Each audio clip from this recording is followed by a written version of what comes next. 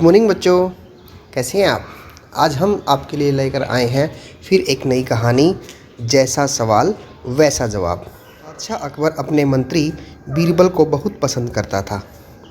बीरबल की बुद्धि के आगे बड़े बड़ों की भी कुछ नहीं चल पाती थी। इसी कारण कुछ दरबारी बीरबल से जलते थे। वे बीरबल को मुसीबत में फंसाने के तरीके सोचते रहते थे। अकबर के एक खास दरबारी ख्वाजा सरा को अपनी विद्या और बुद्धि पर बहुत अभिमान था। बीरबल को तो वे अपने सामने निरा बालक और मूर्ख समझते थे, लेकिन अपने ही मानने से तो कुछ होता नहीं। दरबार में बीरबल की तूती बोलती और ख्वाजा साहब की बात ऐसी लगती थी जैसे नक्कार खाने में तूती की आवाज़। ख्वाजा साहब की चलती तो वे बीरबल को हिंदुस्तान से निकलवा देते, लेकिन निकलवाते कैसे।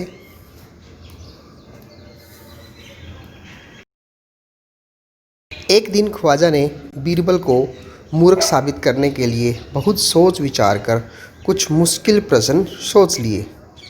उन्हें विश्वास था कि बादशाह के उन प्रश्नों को सुनकर बीरबल के छक्के छूट जाएंगे और वह लाख कोशिश करके भी संतोषजनक उत्तर नहीं दे पाएगा। फिर बादशाह मान लेगा कि ख्वाजा सरा के आगे बीरबल कुछ नहीं है। तो देखते हैं आगे कहानी में क्या हुआ। ख्वाजा साहब अचकन पगड़ी पहनकर दाढ़ी सहलाते हुए अकबर के पास पहुँचे और सिर झुकाकर बोले, बीरबल बड़ा बुद्धिमान बनता है, आप भी उसकी लंबी चौड़ी बातों के धोखे में आ जाते हैं।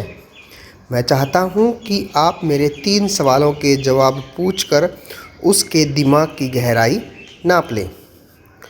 उस नकली अक्ल बहादुर की कलई खुल जाएगी। ख्वाजा के अनुरोध करने पर अकबर ने बीरबल को बुलाया और उनसे कहा, बीरबल, परम ज्ञानी ख्वाजा साहब तुमसे 3 प्रश्न पूछना चाहते हैं। क्या तुम उनके उत्तर दे सकोगे।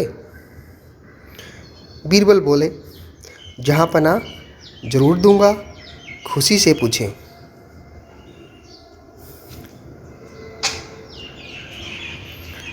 ख्वाजा साहब ने अपने 3 सवाल लिखकर बादशाह को दे दिए।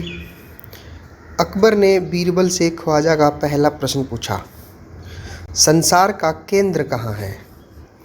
यानी कि जो ये दुनिया है, पृथ्वी है, इसका केंद्र कहाँ पर है, बीच का हिस्सा कहाँ पर है। बीरबल ने तुरंत ज़मीन पर अपनी छड़ी गाड़कर उत्तर दिया, यही स्थान चारों ओर से दुनिया के बीचों बीच पड़ता है। यदि ख्वाजा साहब को विश्वास ना हो तो फीते से सारी दुनिया नापकर दिखा दे कि मेरी बात गलत है।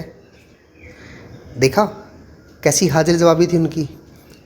अब उन्होंने पूछा कि दुनिया का सेंटर पॉइंट कहाँ पर है, बीच कहाँ पर है। तो बीरबल ने क्या कहा कि ये लो, ये मैंने छड़ी यहाँ रख दी है, यही इसका सेंटर पॉइंट है। अगर मेरी बात गलत सिद्ध करनी हो तो आप दुनिया को माप कर देख लें कि ये बीच में आता है या नहीं। अब ऐसा ख्वाजा साहब कहाँ कर सकते थे, पूरी दुनिया को कहाँ फीते से नाप सकते थे। तो वो उनके उत्तर को सुनकर हैरान रह गए। अकबर ने दूसरा प्रश्न किया, आकाश में कितने तारे हैं। बीरबल ने एक भेड़ मंगवाकर कहा, इस भेड़ के शरीर में जितने बाल हैं उतने ही तारे आसमान में हैं। ख्वाजा साहब को इसमें संदेह हो तो वे बालों को गिनकर तारों की संख्या से तुलना कर ले। अब अकबर ने तीसरा सवाल किया, संसार की आबादी कितनी है। बीरबल ने कहा, जहाँ पना संसार की आबादी पल पल घटती बढ़ती रहती है, क्योंकि हर पल लोगों का मरना जीना लगा ही रहता है। इसलिए यदि सभी लोगों को एक जगह इकट्ठा किया जाए तो तभी उनको गिनकर ठीक संख्या बताई जा सकती है। बादशाह तो बीरबल के उत्तरों से संतुष्ट हो गया, लेकिन ख्वाजा साहब नाक भौं सिकोड़कर बोले, ऐसे गोलमोल जवाबों से काम नहीं चलेगा जनाब। बीरबल बोले, ऐसे सवालों के ऐसे ही जवाब होते हैं, पहले मेरे जवाबों को गलत साबित कीजिए तब आगे बढ़िए। ख्वाजा साहब से फिर कुछ बोलते नहीं बना। तो ये थी कहानी। कैसी लगी आपको? अच्छी लगी ना? हाँ, कि जैसे सवाल वैसे जवाब। अब उन्होंने सवाल ही ऐसे किए तो जवाब भी उनको ऐसे ही मिल गए। तो आप भी कोई ऐसी कहानी सोचें और उसको लिखें, ठीक है, और अपने साथियों को ज़रूर सुनाएं।